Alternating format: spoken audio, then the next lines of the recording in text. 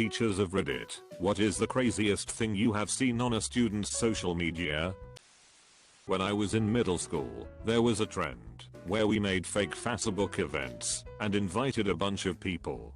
One time my brother or one of his friends made one that was called gay/lesbian orgy and *friend**sname**s house and invited a bunch of people.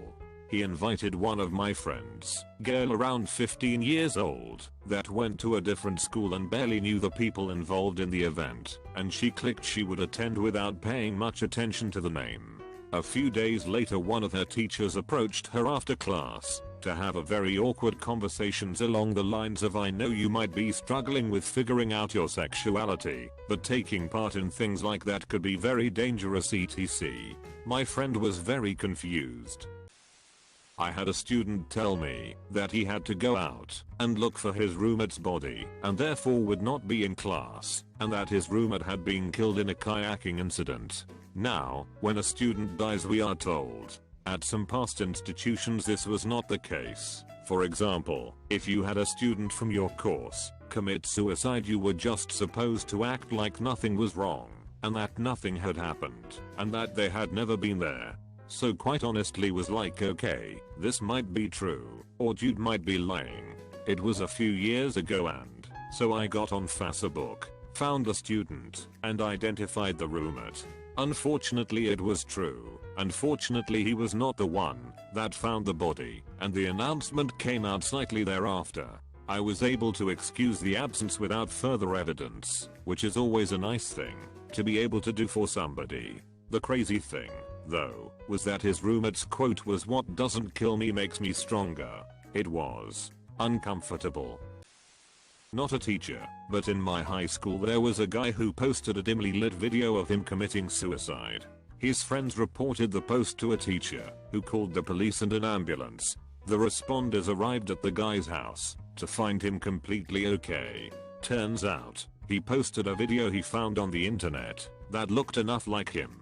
He didn't try to commit suicide. They took him to the hospital anyway to evaluate him. He stuck to his story until the teacher rated him out. Was a close-knit alternative school where the students were close to and on a first-name basis with teachers to try and get kids to see the school as a community go to classes regularly. This same kid threw a Halloween party earlier that same year where 100 kids showed up and hung out outside a snazzy building, only to realize after midnight that all of his excuses about why we couldn't go UN amounted to the fact that he didn't even live there. Weird guy. I wonder what he's up to now.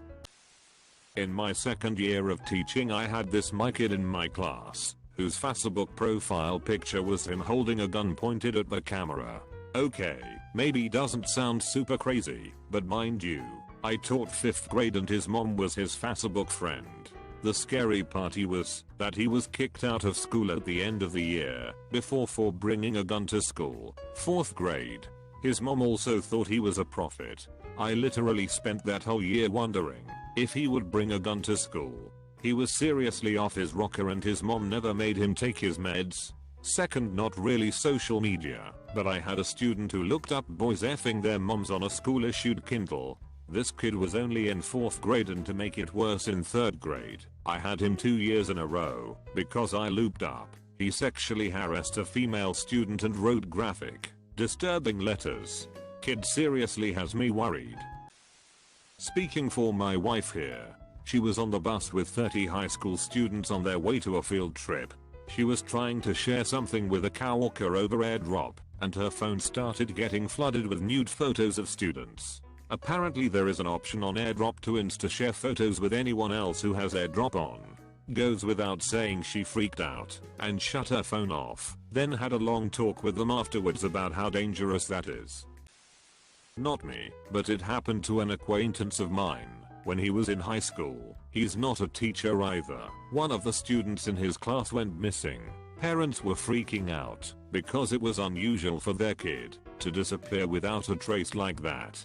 A week later the cops found his decapitated head. Cops never found the rest of his body though. My acquaintance tells me the whole school was freaking out about what happened. Apparently the guy was a small-time drug dealer and something happened. Not exactly social media originally, but it definitely ended up there. I teach high school and the students were talking about a middle school student who wrote a novel. It turned out to be an extremely graphic fan fiction of two of the male middle school teachers. The girl that wrote it was in 7th grade. We are talking about full-on novel, around 200 pages and 13 chapters. Supposedly it is only book 1 in the series. The crazy thing is, my students showed me one paragraph before I knew what it was, and it was hands down the best technical writing of any student I have ever had. Again, I teach high school. She was in the 7th grade. Unbelievably well written, and unbelievable a 7th grader was able to describe things with such disturbing detail.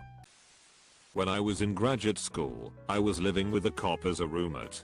One time, I came home and saw her clearly on one of my students' Facebook accounts. He had posted pictures of himself in the dorm doing illegal stuff, alcohol, and weed, so like, expected illegal stuff for a college kid.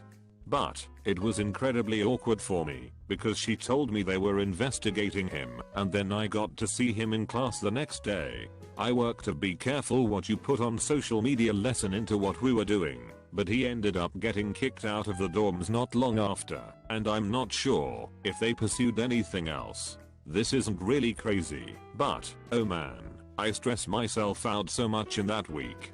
I felt bad for him because she was talking about nailing him to the wall for it.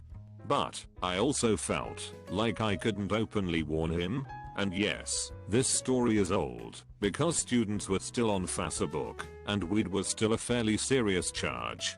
Also, I was awkward and young, and today I think I would just openly warn the student, lol. So, in my school district, teachers can lose their jobs for following students on social media. That being said, sometimes a student will get worried about something that they see posted and will bring me a screenshot of it. So, due to that, the craziest thing I've ever seen was one of our students pointing a gun at the camera and threatening to turn the walls of the school red with blood. I took the student who reported it to the front office and made a full report to administration. Never saw the kid who posted that again. Not me, but my wife. A student posted a suicide note on Snapchat. Another student showed it to my wife. She ran to the front office and called 911. Kid was home with his mom and had overdosed in his room. Kid was taken to a hospital and survived. Saved his life. I was teaching 8th grade English in a low-income/high crime area. We had one student who was really hard. He was loud, obnoxious, rude, and downright mean to most of the staff and other students. For some reason I really liked him, and he felt the same. Always respectful to me, and often helped me keep the class in line. The other teachers/students would always make comments about how we will see him up for murder one day, and I would stick up for him. He came from a really bad home life most were not fully aware of. Anyway, he friended me on Facebook at the end of the school year and I accepted. About 4 years later I see an update posted by him. He posted quite a bit. From a couple nights before that simply showed a gun and bullets with the caption "Some bitches are going to pay. Getting my turf back" or something like that. Anyway, long story short, he was involved in a drive-by and killed a 17-year-old kid who was at a rival's party. He was not the intended victim. Anyway, when the news ran the story and showed his Facebook post as what helped the police find him, my blood ran cold. I wish I would have seen the post earlier or could have done something. He was sentenced to 20 years since they couldn't prove who pulled the trigger. Still makes me sad. I really thought he would break the cycle of poverty and prison that has run through his family line forever. One student created multiple fake Facebooks with the names of their classmates. They started a group chat between these fake profiles and would act out dramatic things. Someone confessing a crush, someone saying they hated their best friend. They'd screenshot clips of these fake chats and send it to real people. Real life drama based on the fake drama would erupt in school. These teachers at my school found a kids meme page, and keep in mind, was a preppy stuck up school. Anyway, the meme account had the usually slightly edgy kind of content, but the school acted as if it were a hate crime. Parents were called in. There was a whole school assembly on social media and the appropriate content that should be posted. The school went as far as suspending the kids behind the account for 1 week and giving detentions to every kid who liked the memes. The whole ordeal was just stupid and left me wondering if teachers even cared about the kids who were very clearly smashed on drugs. Not a teacher, but still got a story. There was a girl in my class, smart, funny, top grades, ECT. She got a boyfriend with a bad reputation. Her grades started dropping, and overall she just became sad, I guess. One day there was a rumor that there were topless pictures of her on social media.